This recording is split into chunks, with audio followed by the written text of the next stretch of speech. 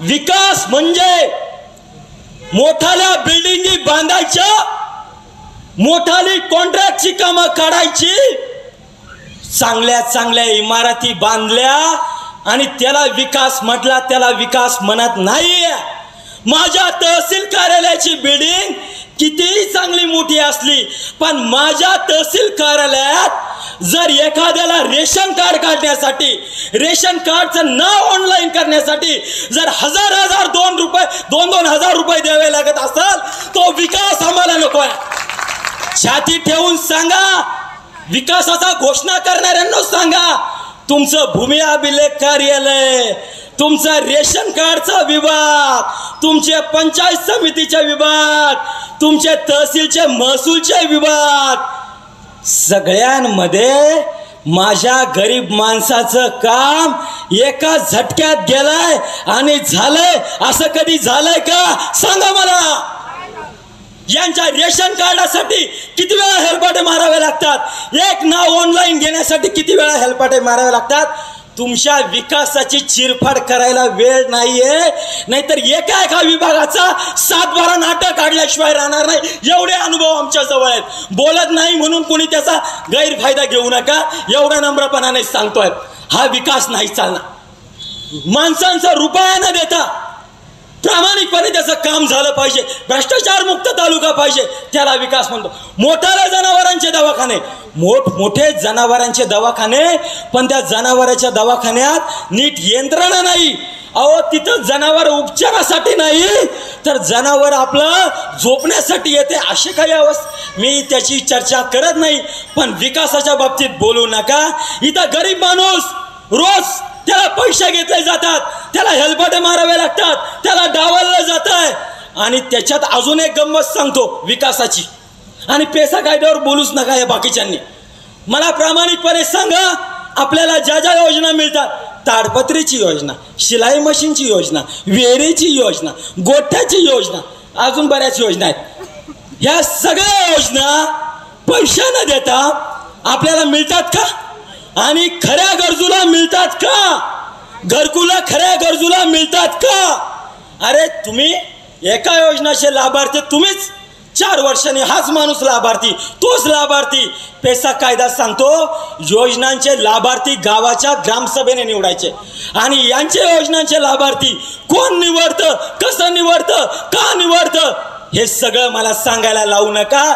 त्याच्यामुळं विकास आणि विकासाचं स्वरूप आणि विकासाचं चित्र आणि विकासाचा खरा भकास चेहरा समोर आणायला लावू नका, हे पहिल्यांदा मला आज सांगू द्या। दुसरा, एक काही दिवसापूर्वी इथं आम्हाला किसान सभेवरच टीका करावी ह्या हेतूने काहींनी सभा घेतली, त्याची फारशी उत्तरं आज देत नाही। अशोक राजूंनी बऱ्यापैकी दिली। हिरड्याच्या विषयी खूप चर्चा झाली, आता त्या मुद्द्याला बोलत नाही। कालच्याच बाजारात जाहीर चॅलेंज केलंय, आज परत करतोय, हिरड्याची नुकसान भरपाई तुम्ही म्हणताय ना, ते आंदोलन करून काही मिळत नसतं, रस्त्यावर बसून घोषणा करून काही मिळत नसतं असं तुम्ही म्हणताय ना, ते आमच्यामुळे मिळालं। चॅलेंज आहे आपलं, किसान सभेचं चॅलेंज आहे। समोरासमोर या, चर्चेला या, कागदपत्र घेऊन या, एका वर्षात काय काय केलंय घेऊन या, लोकांसमोर चर्चा होऊ द्या। तुम्ही म्हणत होते हिरड्याला नुकसान भरपाई मिळू शकत नाही, तुम्ही म्हणत होते हिरड्याला कशी नुकसान भरपाई द्यायची, हिरड्याची झाडाला काही तुम्ही पाणी घातलंय, तुम्ही जगवलात, हे तुमचं म्हणणं होतं। मला बोलायला आणि व्हिडिओ काढायला लावू नका। 4 वर्षात किसान सभेने हिरड्याची नुकसान भरपाई मिळावी म्हणून काय केलंय आणि तुम्ही काय केलं? नम्रपणाने आव्हान आहे, अहंकारी वृत्तीने नाहीये, नम्रपणाने विनम्रतापूर्वक आव्हान करतो, सगळे कागदपत्र घेऊन या। शिकलेली पोरं आपल्या भागात आहेत, ते बसतील। किसान सभेवाल्या दोस्तांनी 4 वर्षात काय पाठपुरावा केला आणि यांच्या मोठमोठ्या नेत्यांनी, आम्ही तर लय साधे कार्यकर्ते, ह्या मोठमोठ्या नेत्यांनी काय 4 वर्षात प्रयत्न केले समोरासमोर बघू द्या आणि मग ठरवा हे नुकसान भरपाई कुणामुळे मिळाली। त्याच्यामुळे चॅलेंज कालही दिलंय, आजही देतोय, समोर या चर्चेला घाबरत नाही। भुसारा साहेब आदिवासी विकास महामंडळाच्या कमिटीवर आहेत, संचालक आहेत. लीना बनसोड मॅडम तिथल्या व्यवस्थापकीय संचालक आहेत. आपण त्यांना साहेब विचारा, तुम्ही पण 170चा हमीभाव ठरवताना बैठक झाली, कल्पना आहे सगळं, पण तुम्ही आणि सगळ्यांनी नम्रपणाने विचारा, 5 वर्ष हिरडा खरेदी बंद झाली होती, ती परत जर सुरू करण्यात असेल तर ते किसान सभेचा लॉंग मार्च आणि किसान सभेचा लढाई अगदी तोच सुद्धा कागद ना कागद दाखवेल. आपण कागदाशिवाय बोलतच नाही, कागद घेऊनच बोलतो. मोगम बोलण्याची सवय नाही, कागद घेऊन चर्चा करा. राहिला दुसरा मुद्दा, काय विषय आहे?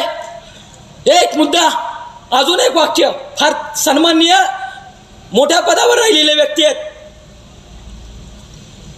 ते म्हटले आंदोलन बिंदोलनाचं मी मगाशी सांगितलं, आंदोलनाला हिनवलं, थोडक्यात आंदोलनाची टवाळी केली. त्यांना हे माहीत नाहीये, ह्या तालुक्याचे पहिले जे 2-3 आमदार राहिलेत ना, अण्णासाहेब आवटे, घोलप म्हणून एक आमदार होते, ह्या सगळ्यांचं बॅकग्राऊंड तपासा. हे सगळे आंदोलनातून आलेले आहेत, यांची आंदोलनाशी नाळ होती, हे सगळं आपण समजून घ्या नीट. आणि आंदोलनाविषयी तुम्ही बोलताय आम्हाला, आणि तुम्ही म्हणताय आंदोलनातून तुम्ही काय साध्य केलं. इथं जी सभा सुरू आहे ना, याच्या ह्या साईडला बघा, हे तळेघरचा दवाखाना आहे, हा दवाखाना सुधरावा. इथं आमच्या 2 गरोदर माता मृत्युमुखी पडल्या यांच्या हलगर्जीपणामुळे, त्याच्या विरुद्ध पुढे लढायला कोण आलं विचार. हा दवाखान्यात डॉक्टर रावेत म्हणून इथं 5-5 दिवस आमची पोरं झोपून होते, आंदोलन कुणी केलं विचारा. आणि आता एक 108 गाडी गेली बघा, ही 108ची गाडी यावी या भागात म्हणून 5 दिवस उपाशी पूर्ण उपोषण करून भर पावसात हजारो लोक इथं बसून होती. आणि नंदाताई मोरमारे, मी, अशोक, आम्ही स्वतः उपोषण करते होते. 5व्या दिवशी इथं सगळे आपल्याला सांगतो, 108ची गाडी डॉक्टर सहित आली, पण त्या 108च्या गाडीने पहिलं जर कुणाला ॲडमिट केलं असेल तर मला स्वतःला प्रचंड उलट्या सुरू झाल्या फक्त पाण्याच्या, कारण ॲसिडिटी तयार झाली होती. त्याच गाडीत आम्हाला भरलं आणि दवाखान्यात नेऊन उपचार सुरू केले. 5 दिवस उपोषण करून 108ची गाडी इथं आपण आणली. आणि हे म्हणतात आंदोलनातून काय मिळालं, या समोर घ्या डॉक्युमेंट, आणि 108ची गाडी आणली. हे आमचं काम होतं का हो? फक्त निवडून लोकांनी तुम्हाला दिलंय, सत्तेत तुम्ही आहात, लाल दिव्याच्या गाडीत तुम्ही आहात. तुम्ही म्हणताय की मी एवढा विकास केलाय, तेवढा विकास केलाय, मान्य, एक आरती समजा, अरे पण एक तर ओळ बोला.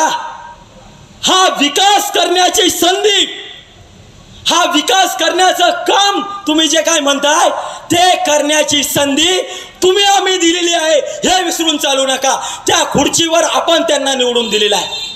हा 108च्या गाडीचा लढा दुर्लक्ष तुमच्या नेत्यांचं होतं, आम्ही तो लढला. दारिद्र्य रेषेचा लढला आपण केलं. मनरेगाचं अंमलबजावणी, 1 कोटीपेक्षा जास्त लोकांना मजूर, अशी अनेक कामं सांगेल. त्या कामांमध्ये मी वेळ घेत नाही, पण अशी अनेक कामं किसान सभाच्या माध्यमातून आम्ही प्रामाणिकपणे जीव तोडून करतोय. मी आपल्याला नम्र आव्हान करायला आलोय, किसान सभेचा म्हणून एक कार्यकर्ता आव्हान करतो की आपल्याला तालुक्यामध्ये त्यांच्या दारात जाऊन, त्यांच्या ऑफिसमध्ये जाऊन, त्यांना तिथं भेटून विनंती करून, त्यांना मान सन्मान देऊन मग आमचे प्रश्न सोडवा. असं आता वातावरण तालुक्यात नको. आपल्याला आमदार आपल्या गावात येऊन, आपल्या वस्तीत येऊन आपले प्रश्न सोडवणारा हवा आहे. आणि देवदत्त निकम साहेबांची एक घोषणा मला आवडली.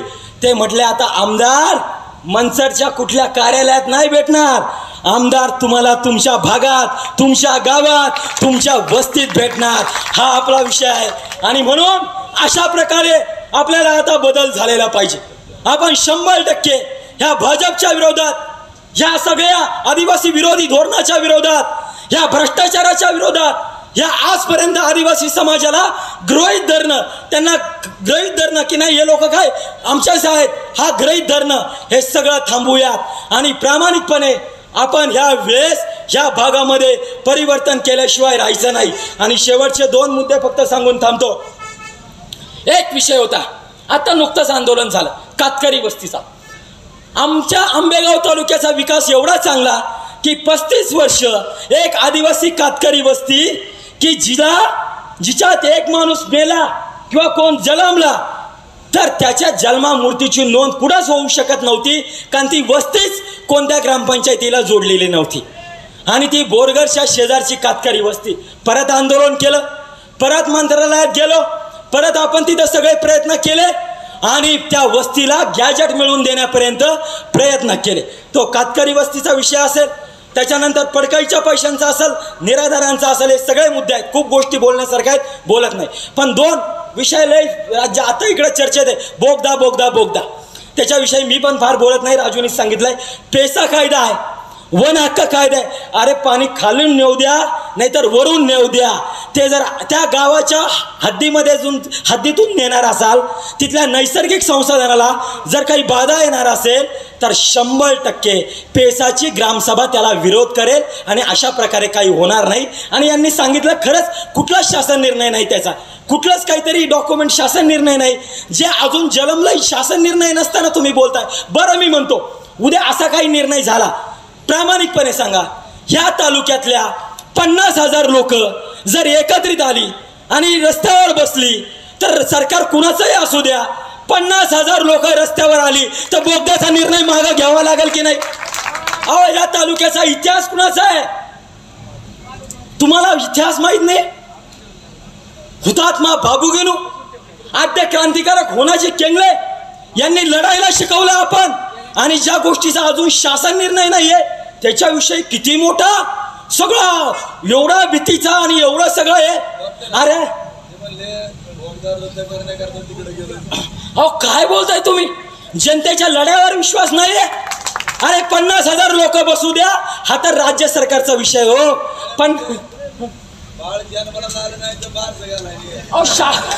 शासन निर्णय नाही, बाळ नाही, आणि तुम्ही सगळं पुढचं सगळं लगेच. बरं त्याच्यातही खरं खूप गोष्टी बोलण्यासारखं आहे. तो फडणवीसांच्या काळात काय झालं, तुमची भूमिका काय होती, का खरंच सांगतो काही गोष्टी बोलत नाही, याचा दुसरा अर्थ घेऊ नका.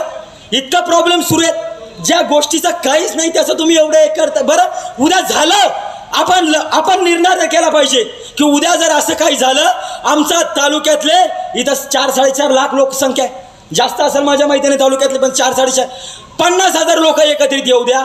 50,000 लोक जर रस्त्यावर उतरली, कुणाचंही सरकार असू द्या, निर्णय आपण मागे घ्यायला 100% भाग पाडणार. बरं ठीक आहे, तुम्ही याच्यावर बोलताय, पण माझा दुसरा मुद्दा जरा नीट लक्षात घ्या. हा दुसरा मुद्दा काय आहे? एकच मिनिट सर, हा दुसरा मुद्दा फक्त नीट लक्षात घ्या. तुम्ही जी गोष्ट अजून काहीतरी अस्तित्वात आली नाही किंवा येण्याचा प्रयत्न करते त्याच्यावर एवढे बोलताय, पण या महाराष्ट्रातून आज गुजरातमध्ये जेवढे उद्योगधंदे गेलेत त्याच्याविषयी तुम्ही बोललात का? त्याचं पण उत्तर द्या. गुजरातमध्ये जे उद्योगधंदे चाललेत, गुजरातमध्ये जे उद्योग चाललेत, आमच्या पोरांच्या हाताला काम दिलं जात नाही, आमच्या सरकारी कंपन्या खाजगी करतात, त्याच्याविषयी कोणी शब्द काढत नाही. गेल्या 3 महिन्यात 1200 शेतकरी आत्महत्या करतात, त्याच्याविषयी कुणी महागाई करत बोलत नाही. भयानक महागाई वाढली, 1200ला 1100ला सिलेंडर झालंय, त्याच्यावर कोणी बोलत नाही. सोयाबीनचा हमीभाव 1 जाहीर करता, देता 2,500-3 हजार, त्याच्यावर काही बोलत नाही. हिरड्याला हमीभाव जाहीर झाला 170, पण तो दिला जात नाही, त्याच्यावर काही बोलत नाही. गुजरातचे तर एवढे उद्योग गुजरातला गेले, त्याच्यावर बोलत नाही. आणि याच्यावर बोलताय, जरूर बोला, परंतु जनतेला पण आता काय आहे ते कळून चुकलाय. कुठंतरी कुठल्या वाडीची, पालवीर वाडीची काही मुलं अडवलेली आहेत आणि तिकडे येऊ देत नाही असं मला यांनी दिलं. 50 मुलं, हरकत नाही. हे बघा, मी तुम्हाला मगाशी म्हटलं तसं पुढचे 4 दिवस वेगवेगळ्या प्रकारे इथं आपल्याला सगळ्यांना सामोरं जावं लागणार. त्यांना काय करायचं करू द्या, पण मी तुम्हाला नम्रपणाने सांगतो, मी जो अनुभव घेतलाय त्याच्या आधारे सांगतो, ही निवडणूक लोक ह्या भागातल्या सर्वसामान्य जनतेने हातात घेतलेले. तुम्ही कितीही काही करा, तुम्ही एखादा गोष्ट, एखादा चेंडू पाण्यामध्ये जर जेवढा बुडवाल ना तेवढा तो उसळी मारून येतो. तुम्ही जेवढी दादागिरी कराल, तुम्ही जेवढं जे काही चुकीचं काम कराल, त्याचं उत्तर 20 तारखेला मतपेटीतून मिळणार, 100% मिळणार.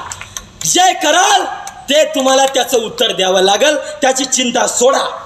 आता एक बोगदाई झाला आणि शेवट मी निकम साहेबांविषयी फक्त एक वाक्य बोलतो आणि आपली रजा घेतो. त्यांचा आणि माझा फारसा परिचय, कारण तसा राष्ट्रवादी काँग्रेसमधल्या कुठल्याच नेत्याचा ना आमचा फारसा काही परिचय कधीच नव्हता, कारण ते नेहमी आम्हाला शत्रुस्थानी पकडायचे. पण तरी कारण आम्ही आपले आंदोलन करणारे, पण हे पण मला सांगू द्या, अहो 18, आज मी 40 वर्षाचा झालो. 18 वर्षाचा झाल्यापासून यांचा जरी वळसे पाटलांचा विरोधक असला तरी मतदान फक्त घड्याळालाच करायचो. का तर ते पुरोगामी विचारांच्या सोबत होते म्हणून. पण तुमचा मतदार म्हणून मला काय अधिकार आहे तुमच्याविषयी बोलण्याचा?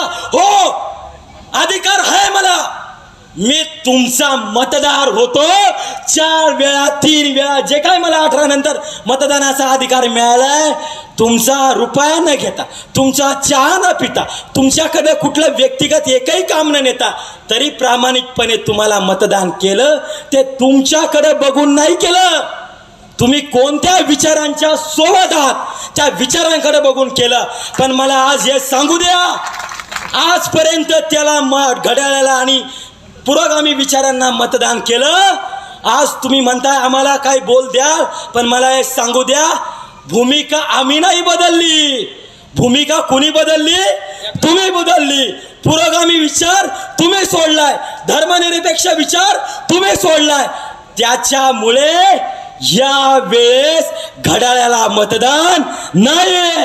आज 18 वर्षानंतर जो अधिकार मिळाला होता आतापर्यंत, तुम्हाला आजपर्यंत मतदान केलं, या वेळेस तुम्हाला मतदान करणार नाही, हे पण निक्षून सांगतो. आणि यांचा परिचय एवढाच माझा एक झाला. माळींची दुर्घटना घडली, आम्ही सगळे किसान सभेवाले पण तिथं होतो. आम्ही आपले बिचारे जेवढं जमल तेवढं आमच्या परीने पण त्या सगळ्या प्रक्रियेत होतो. आम्ही प्रयत्न करत होतो, आम्ही पण रात्र थांबायचो. हे मंडळ यायचे, ठीक आहे, सगळ्यांनी त्याचं योगदान दिलं, मला त्याच्याविषयी काही बोलायचं नाही कोणाविषयी. पण एवढं प्रामाणिकपणे सांगतो, जे डोगड्या डोळ्यांनी पाहिलं ते मला सांगू द्या. त्या माळींना जेव्हा आम्ही सुद्धा तिथं थांबून होतो, आम्ही सुद्धा तिथं असायचो, तेव्हा देवदत्त निकम आणि त्यांची टीम या ठिकाणी आम्हाला वेगवेगळं सामाजिक काम, तिथल्या सगळ्या मदतीच्या कामांमध्ये, वेगवेगळ्या कामांमध्ये तिथं आम्हाला काम करताना दिसले, 100% दिसले. मी आपल्याला ह्या ठिकाणी एवढंच सांगतो. मला साहेब, मी एकच वाक्य सांगतो आणि थांबतो. जरा वेळ जास्त घेतला असेल मला माफ करा, पण बरेचसे काही मुद्दे बोलायचे होते. झालं. पण फक्त शेवटचा मुद्दा बोलून थांबतो. ह्या वेळेस मला रात्री एक प्रश्न विचारला औप्यामध्ये, तो तुम्हाला जाहीर सांगतो. आमचं कसं आहे, आम्ही झालं सर, शेवटचंच फक्त सांगतो. मला काल औप्यातल्या एका तरुण पोराने प्रश्न विचारला. मी नाव बिव काही सांगणार नाही आणि तशी गरज नाही. ते म्हटले, किसान सभेवर आम्ही विश्वास आहे, तुम्ही हिरड्याचे पैसे मिळवून देता, बाकीच्या प्रश्नावर लढता, आमचा विश्वास आहे. पण ह्या आमदारांनी तर आमची फसवणूक केलेली आहे. बरोबर आहे, 35 वर्ष झालं आमचे त्यांच्याविषयी म्हणणं आहे, फसवणूक झाली. पण नवीन आमदाराने परत जर आपल्याकडे दुर्लक्ष केलं तर काय करायचं? मी एक उत्तर दिलं, म्हटलं जर नवीन आमदाराने आपल्याकडे दुर्लक्ष केलं तर परत त्या नवीन आमदारांच्या विरोधात सुद्धा किसान सभा आंदोलन करायला पुढे येईल, हा शब्द दिला. पण मला विश्वास आहे, मला खात्री आहे, जो सर्वसामान्य मातीशी नाळ असलेला माणूस आहे, जो शेती आणि घामातून पुढे आलेली व्यक्ती आहे आणि ज्यांनी पायाला भिंगरी लावून आणि काहीतरी डोक्यामध्ये विजन ठेवून काम केलेले, ते तशी वेळ आणणार नाही. मी आपल्याला विनंती करतो, त्यांच्यावर ज्या विचारधारेशी निगडीत आहे त्या विचारधारेला पाठिंबा म्हणून आणि त्या व्यक्तींचा आणि ह्या सगळ्याला एक पाठिंबा म्हणून, किसान सभेचा कार्यकर्ता म्हणून परत आव्हान सांग. इथले अनेक मावश्या आमच्याबरोबर आंदोलनाला आलेल्या आहेत, आतले अनेक काही लोक आंदोलनाला आलेले आहेत. तुम्हाला सगळ्यांना विनंती करतो की या पुढचे दिवस 4 दिवस वाटेल तेवढी मेहनत घ्या, पण परिवर्तन करून दाखवा, एवढंच आव्हान करतो. सगळ्यांना इन्कलाब जिंदाबाद, मनापासून धन्यवाद.